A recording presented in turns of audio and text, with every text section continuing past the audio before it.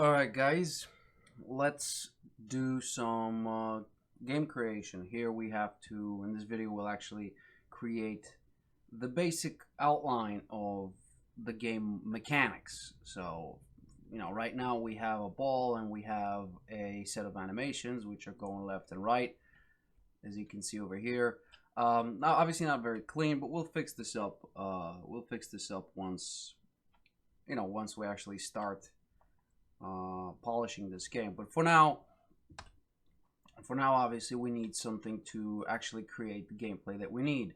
Now, first of all, we do have a problem. The camera is not where it's supposed to be, so I'm gonna just move it a little bit to the left. It doesn't really matter if it's just right on spot or not, but it just makes it a little bit easier to figure out what we're doing.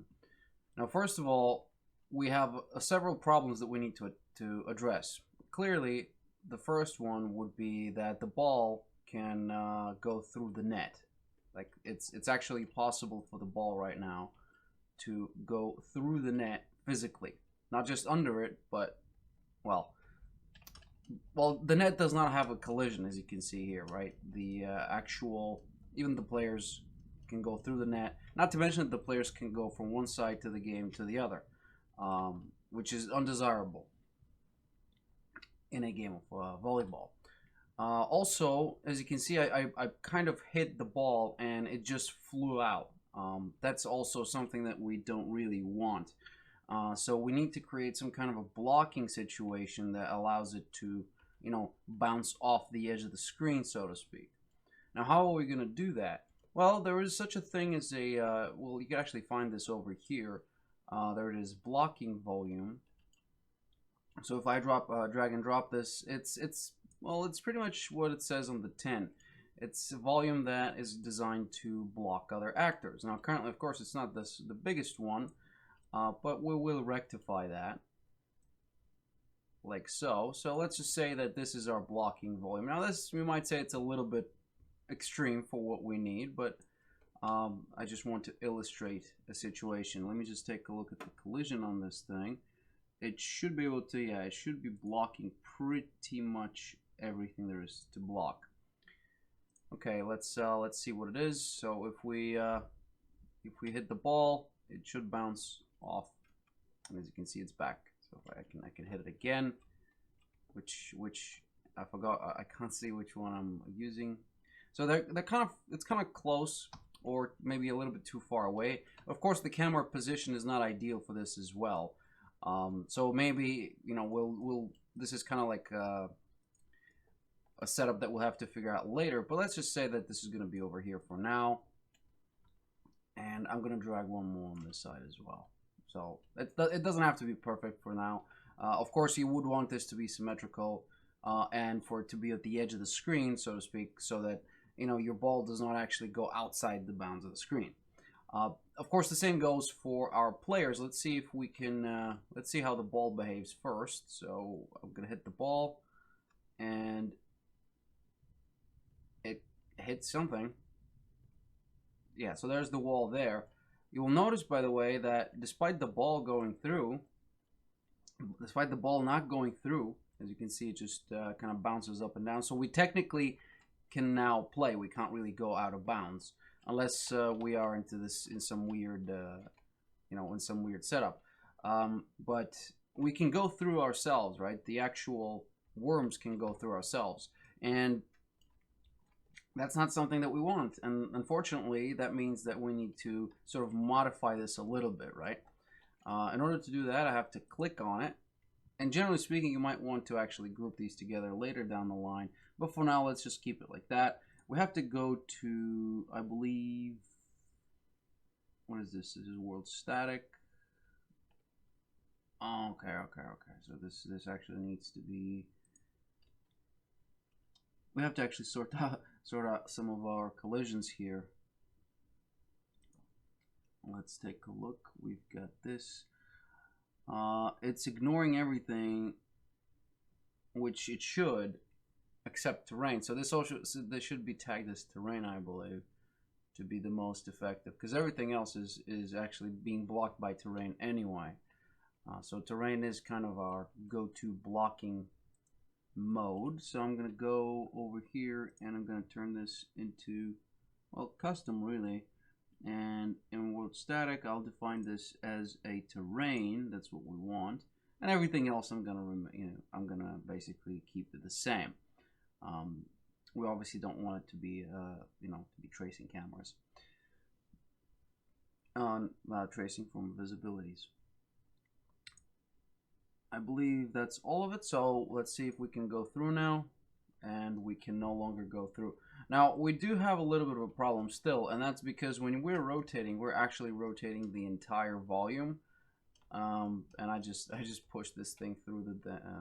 That's actually something that we need to prevent in the future. So I'm not entirely sure how we're gonna do that just yet because, well, generally speaking, it doesn't really matter because you would have lost the game if that's the case. Like if this happens, the game is lost, right? Because it's on the ball is on the ground. We could also maybe sort out our little net here because the net is also kind of an important aspect.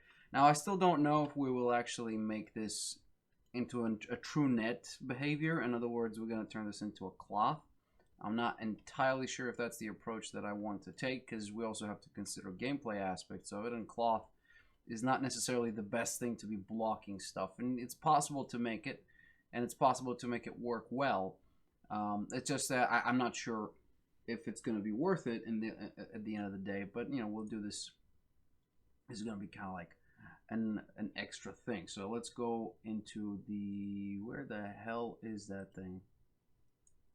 Oh, okay. Sorry, it's actually at in the content, like the root folder.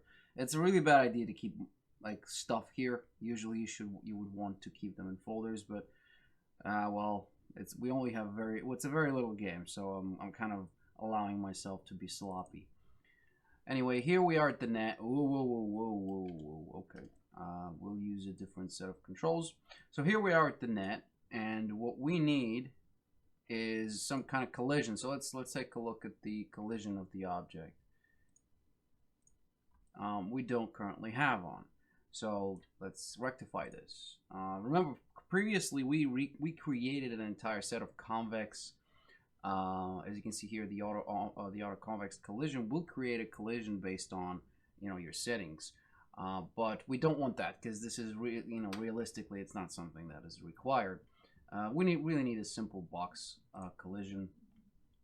I'll check this guy out, and you don't even have to recreate this. It's gonna just sort of put it in the bounds of the mesh itself. So it's a very smart system, put it that way. As you can see, we're basically set with our collision. Let me just make this to be, well, block all. I think should be fine because generally speaking, this should be able to block players included. So let's see, block all. Yeah, well, it doesn't work for all, mainly because we actually need another wall here just for the terrain. So let's see if it blocks the actual ball though. Yes, it does. It blocks the ball. So this works just fine. But we kind of need, I'm not sure if it's not going to be just better to create another sort of blocking volume below and under here. Right? If we had a blocking volume at the bottom, because generally speaking, you really wouldn't want your ball to be going under the net anyway. So I'm not sure if we're gonna do that. Let's see how it's gonna work out if I just grab another copy of this thing. And well, this one needs to become a little bit smaller because we do want it to be going on top of the well, over the net. So that's what we want. So I'm going to create this kind of situation here like this. If I can figure out what I'm looking at right now, of course. Something like that, and I'm just going to stretch this guy out.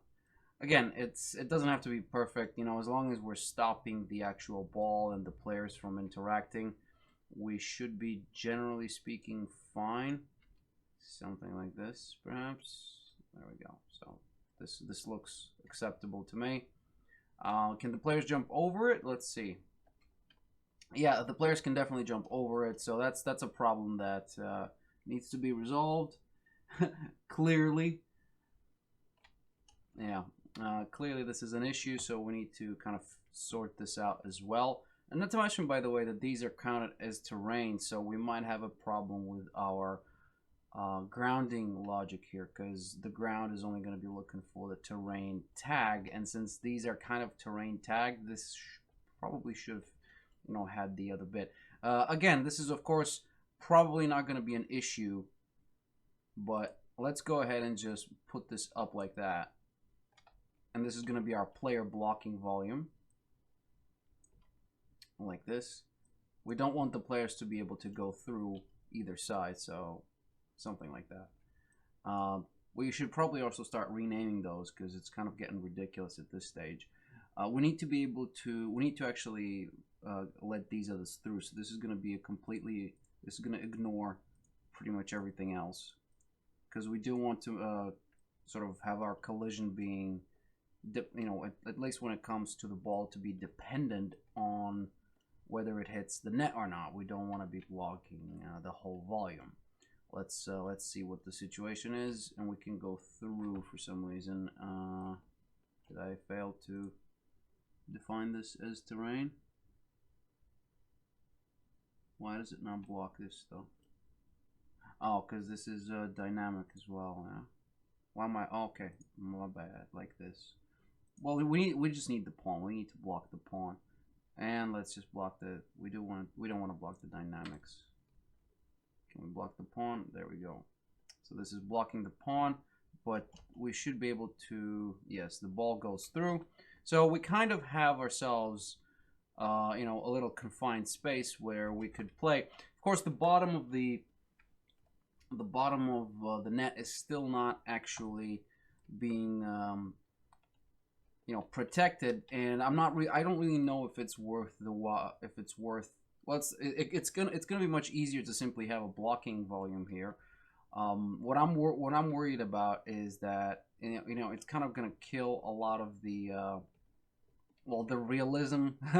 Well, not the realism, but well, think about it, right? You don't want it to be bouncing off of an invisible wall, even though technically speaking, you're not going to be breaking the rules.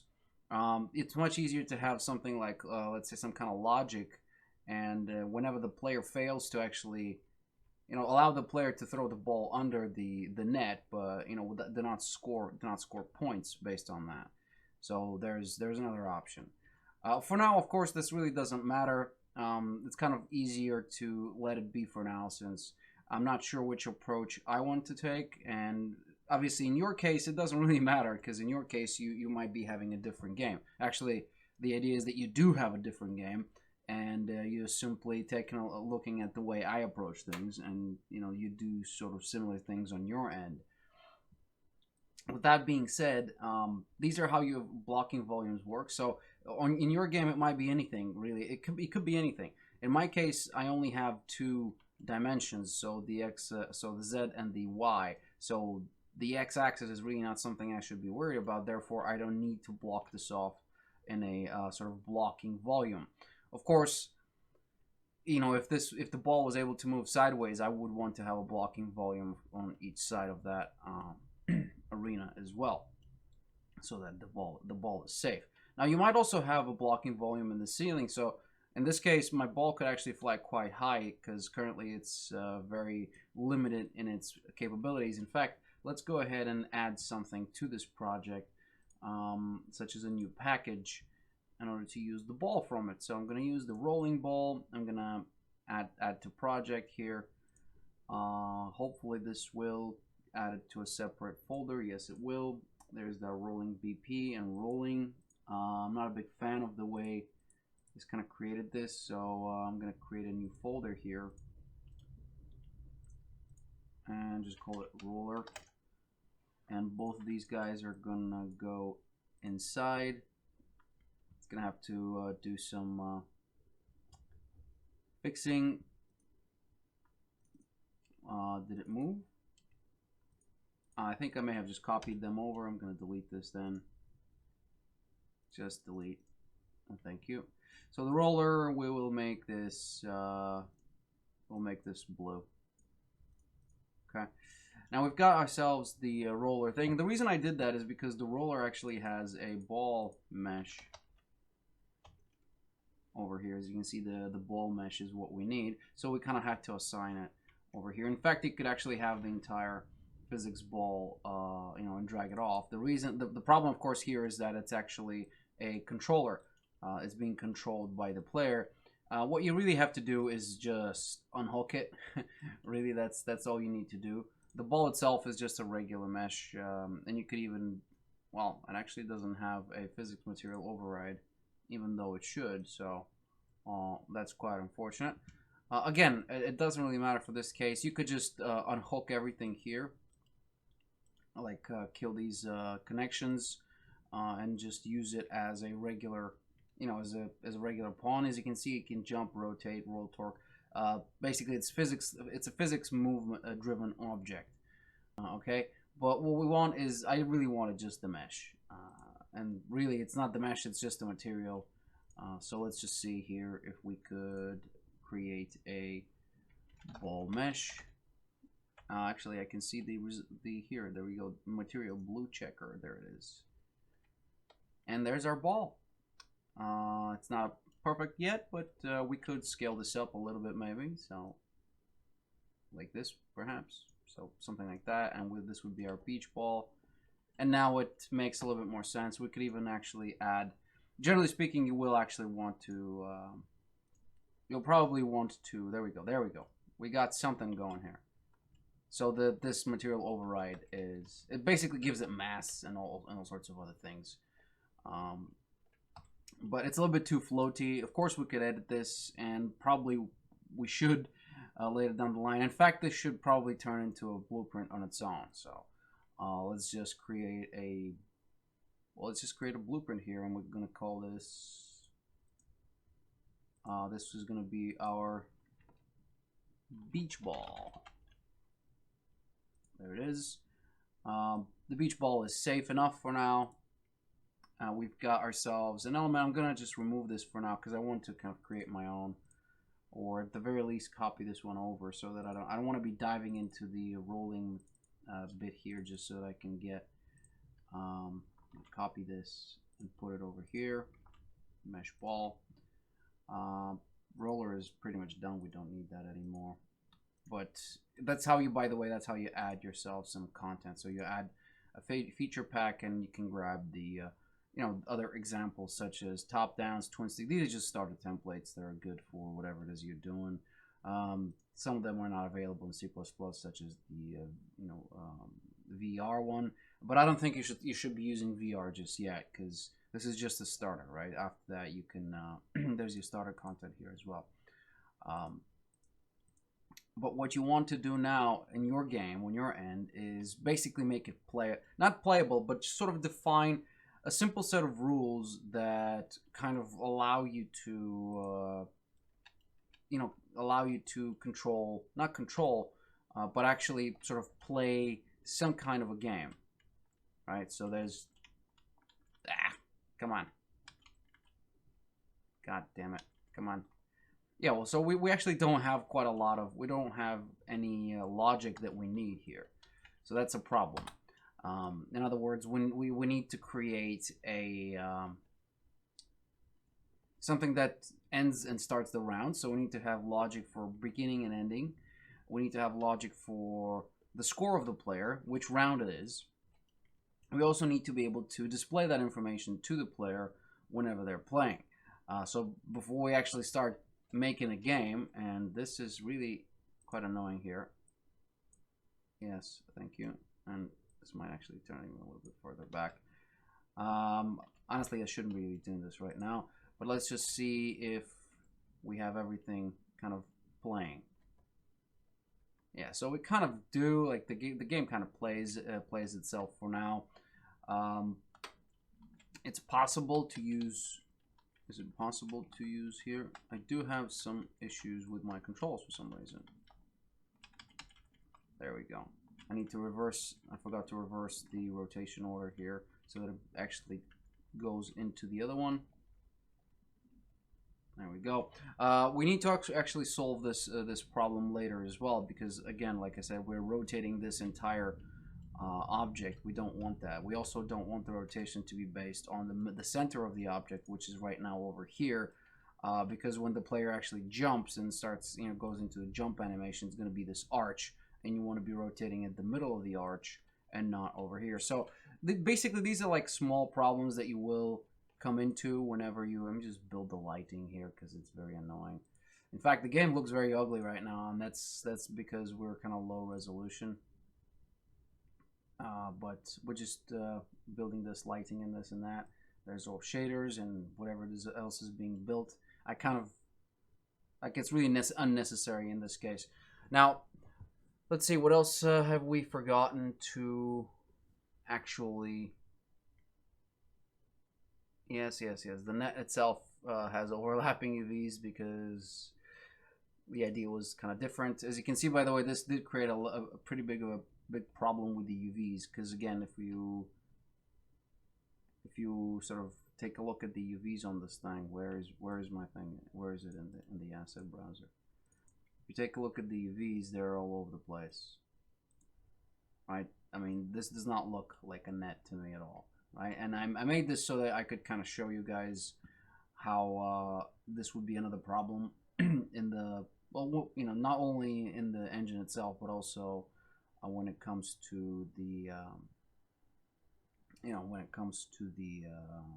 painting. Because if I send this to painter right now and I just mash something over here, I'm going to paint almost the entire net. Again, this actually, we might actually have to fix that later down the line, I'm not sure, but be aware that there's two UV sets, right? UV set number 1 and UV set number 2. The second one is your light map, so that's why the light map is pretty shitty.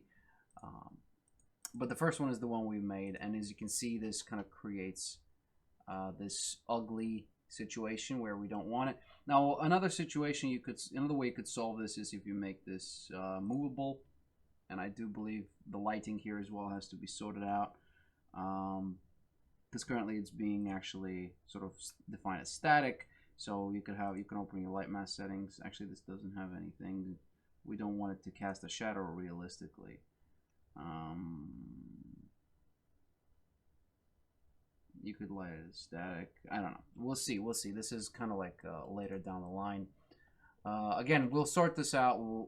After we're done with the rest of the game. As you can see, the rest of the game is actually kind of looking pretty crap right now. There's all this banding. This all has to do with the really shitty resolution that we're running. Actually, let's go ahead and bump this up just so that it's not as ugly as before. I'm gonna have to rebuild it later down the line, but hey, big deal. Let's go ahead and grab my sand, and I'm gonna make this into 2004. Checkout selected. It's gonna have to redo these. Yeah, it looks a lot better right now. Has a little bit more texture to it. But then again, the lighting is still kind of crap. So you could play around with the sky, for example, and grab the light rotation. Where is it? The sun height. And just move it. Just move it. 0.8. What's the story here? Oh, my bad. Sorry, guys. Yeah, so we could have something like this, maybe. And you might want to have a skylight as well. You might want to add a skylight here as well, so that the sky actually gets, as you can see, the sky actually gets reflected, added to the skybox is considered as during the light calculations. So that's what a skybox, the skylight is. And then you might want to actually have to go ahead and organize all that stuff, because that's something that you might want to keep track of. So I need to create a new folder. So create a new folder, and this one's going to be called volumes. Just so that it's nice and organized. We don't really need a separate geometry. We do need a beach ball, do we? Now let's keep the beach ball out of it. So this looks a little bit better now, right? It's not as ugly as it used to be before. and the light is looking a little bit better. So we could play with this. Again, we could go ahead and just modify some settings, but for now, really, this is all that we need. If we play the game, it will look a little bit better. We also need to create a player identifier, so we should have like a blue and a red one. Again, I will use my this mask that I've created here. These are the strips for the color identifier for each player. I'm going to close the substance, by the way, and we'll keep it at that for now. Again, we could go ahead and do the logic for it right now, so we could have things such as whenever you're overlapping, if you overlap with the what is this? There's I can see something here. Can you see something here? There we go. Can you see this? I think this is just a problem with the reflections or something on the water. But essentially what you would do is create some kind of logic that allows you to see if the ball has hit the ground, and if it's hit the ground, then it's player point. So it's fairly simple stuff. You go over here. Where's the game logic? As you can see, I've got my game mode for worms, and I got the worm controller, but I could create another blueprint class of type player state. So this would be, for example, the player state, worm state, right? I should also probably have this in the world settings being set as where's my player state? There it is. Should be called worm state. Check this thing out. And over here, I will actually can I just check it out? Okay, apparently it's checked out. And in the worm state, you could have something like, well, a variable called score. What? What's wrong? There already is. Oh, okay. Where is the score then? Is it in the worms?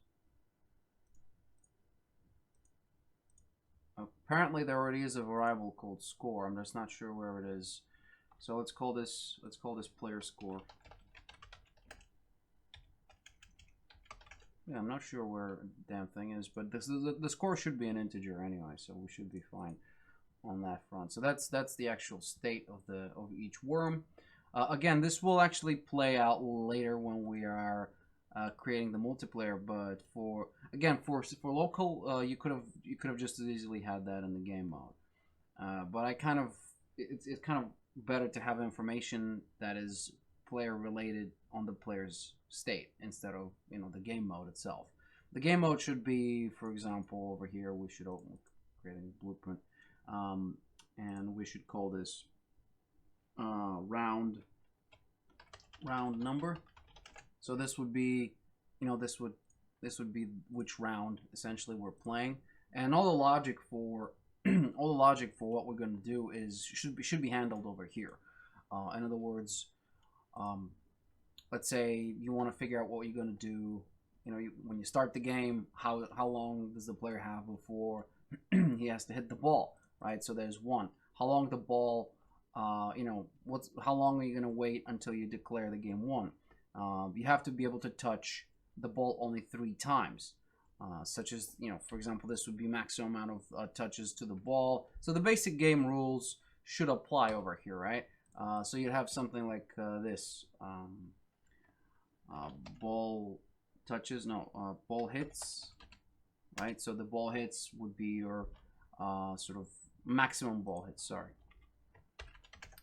And you would also have another one for, let's say, something that's like a different type of game mode that would be, I don't know, that you basically have an arcade mode, which we will have, right? We did create some kind of an idea for an arcade mode, so players can keep the ball up in the game, up in the air for as long as possible, or the longer they keep it up, the more dangerous it gets or something. I don't know.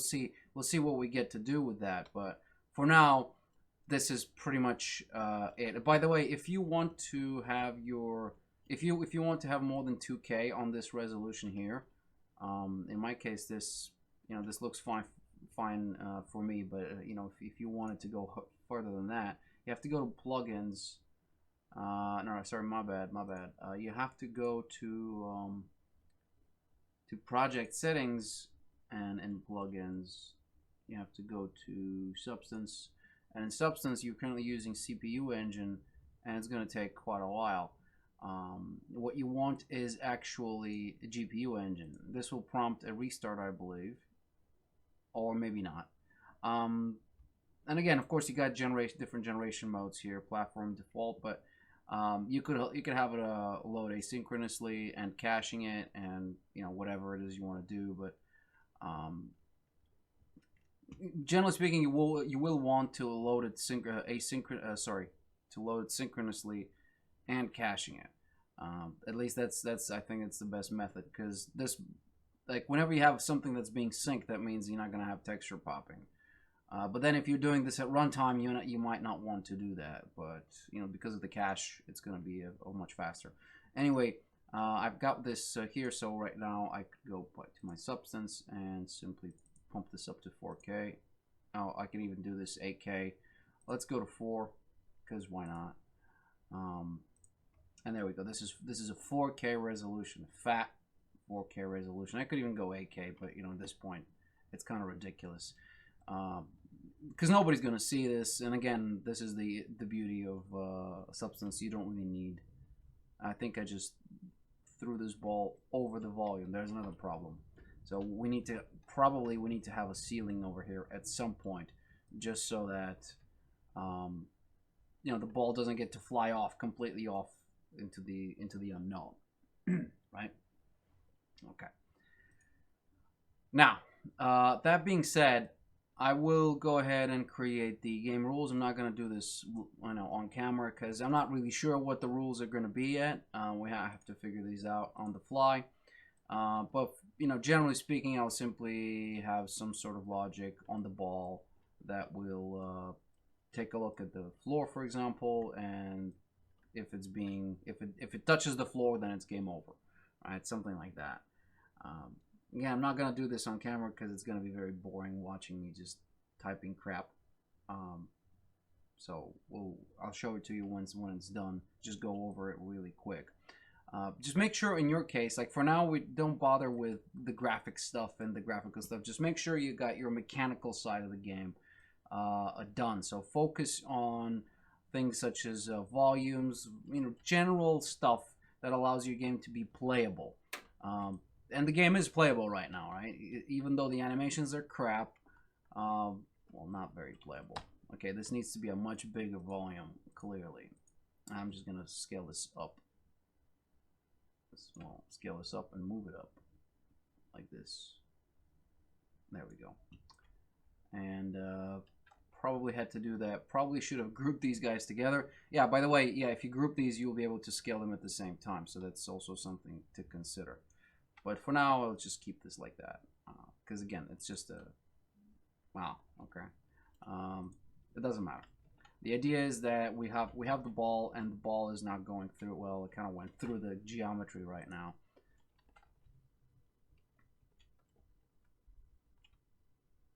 And there we go. So again, this is simply a playable game, but it's nowhere nearly as good as it has to be. Okay, so we need something that makes it much better.